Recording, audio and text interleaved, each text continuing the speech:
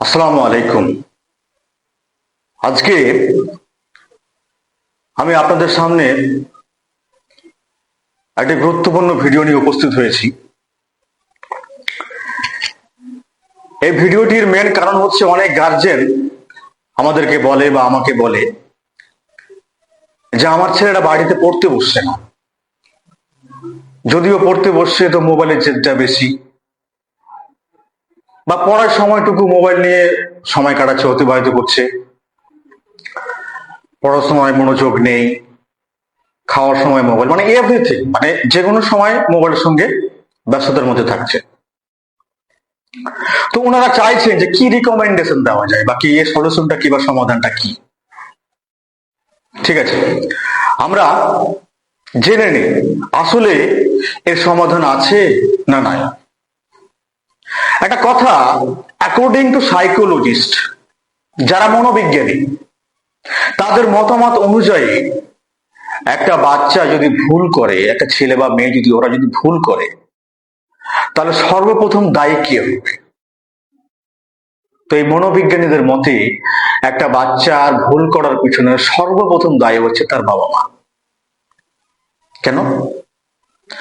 দেখে নিন, শুনে নিন বিহাইন্ড দ্য রিজন কি, এর জন্য দায়ী আমরা বাবা মারা কেন।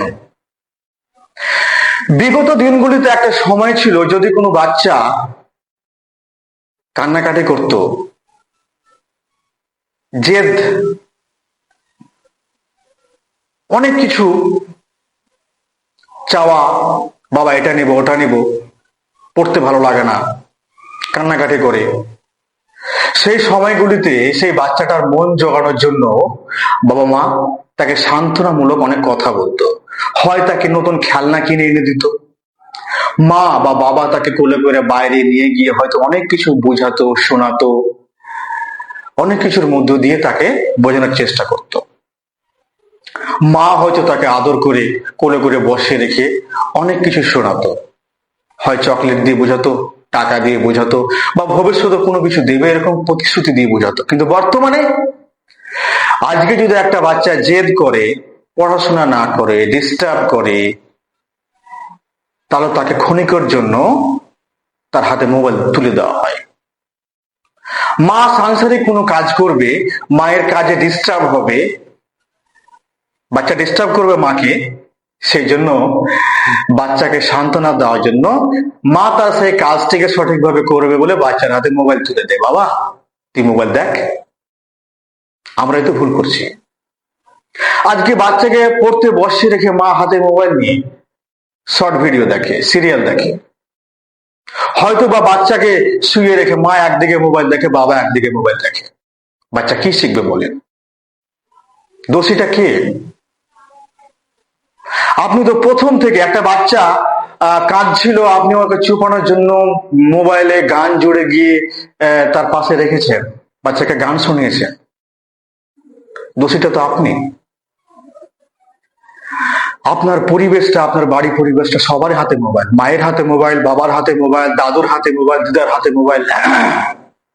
তো বাচ্চা কি চাইবে? তারও তো মোবাইলের দরকার, তারও তো এন্টারটেইন দরকার। এটা একটা বিশাল বড় disease, abuse and misuse of mobile phones. It's a great addiction. আমরা আমাদের সেই অতীতের কথাগুলো মনে পড়ে যে, হে আমার জীবনের বছরগুলি, তুমি কেড়ে নিয়েছো আমার শৈশবের দিনগুলি, কিন্তু কেড়ে নিতে পারোনি আমার শৈশবের স্মৃতিগুলি। কিন্তু আজকে কি সেই দিনগুলো আমরা ফিরে পাবো? কখনোই না। আমরাই ভুল করি, আমরা বাবা মায়েরাই ভুল করি, অথচ দোষ দিই সেই বাচ্চাটার, সেই স্টুডেন্টটার, সেই ছেলেটা বা সেই মেয়েটার। একটা কথা আছে না, কখনো কখনো প্রদীপের আলো তেলের অভাবে নিভে যায়, আর আমরা সবসময় বাতাসের দোষ দিই। আগে আপনার প্রদীপটাকে দেখুন যে আপনার প্রদীপে তেল আসে না নাই, আপনি বাতাসকে দোষ দিচ্ছেন। আপনি দেখুন দোষটা কার, আপনি বাচ্চার দোষ দিচ্ছেন। আসলে অপরাধী আমরা। তাই আমি প্রতিটি গার্জেনদেরকে বলবো, আমাদের এই সমাজের এলাকার মানুষদেরকে বলবো যে এই যে সলিউশন, এই যে আপনারা রেকমেন্ডেশন চাইছিলেন, পরামর্শ চাইছিলেন, আপনি নিজেকে প্রশ্ন করুন। You should ask yourself and find the answer. আপনি নিজেকে প্রশ্ন করে নিজে উত্তর খুঁজুন যে মোবাইলের শুরুটা, বাচ্চার কাছে মোবাইল পৌঁছানোর শুরুটা, পরিবেশটা কে আগে তৈরি করেছে? আপনি কি পরিবেশে বাচ্চাকে তৈরি করেছেন? অপরাধী তো আমরাই। তাহলে কি সমাধান নেই? সমাধান আছে, তবে খুবই কঠিন। আপনি আগে নিজেকে পরিবর্তন করুন। বাচ্চার সামনে পড়ার সময় মোবাইল ইউজ করা বন্ধ করুন। মাকে বলুন, আপনি নিজে সতর্ক হন। তাহলে আপনি দেখবেন নিশ্চয় আপনার বাচ্চা সমস্যার সমাধান হবে। দুঃখের বিষয় এই, অনেক আমরা কন্টেন্ট দেখি মোবাইলে, যে অনেক গার্জেনেরা, অনেক রিলেটিভেরা ছোট ছোট বাচ্চাদের নিয়ে ভিডিও করে, হাসি মজাকের কমেডি বানায়। আপনি নিজেই বাচ্চাকে নিয়ে কন্টেন্ট তৈরি করছেন, আপনার বাচ্চা পড়ে দেবে কি করে ভাবলেন আপনি? যখন 13 থেকে 19 বছর বয়স হবে না, টিনেজ বলা হয়, আমাদের যে ব্রেনে যে হরমোন ক্ষরণ হয়, অক্সিটোসিন হরমোন, আমরা মোবাইলে দেখি, বাচ্চারা দেখে যে একটা ছেলে একটা মেয়েকে নিয়ে ডান্স করছে, নাচ করছে, তাকে হাগ করছে, জড়িয়ে ধরছে। যখন ওই বাচ্চারা ছোট থেকে সেই কন্টেন্ট গুলো দেখবে, বড় হয়ে কি হবে? অবশ্যই আপনার ছেলে বা মেয়ে খারাপ পথে যাবে। আর দোষ দিচ্ছেন আপনার ছেলে বা মেয়ের। আপনি নিজে সতর্ক হন, কারণ আপনার ছেলে বা মেয়ে ও একটা গাছ। আপনি যেভাবে ওর প্রোটেক্ট করবেন, যেভাবে ওকে আপনি মানুষ করবেন, সেভাবে সে গড়ে উঠবে। যেভাবে ওকে আকার দিবেন, জলের মতো যে পাত্রে রাখবেন সেভাবেও আকার ধারণ করবে। আপনি তো ওকে মোবাইলের পাত্রে রেখেছেন, তো কি করে বাচ্চা ঠিক হবে বলেন? অনেক সময় দেখা যায় বাচ্চারা মোবাইল নিয়ে ঘরে তালা বন্ধ করে ঘন্টার ঘন্টা ধরে মোবাইল দেখে। মায়ের ভ্রুক্ষেপ নেই যে আমার মেয়ে কি করে, আমার ছেলে কি করে।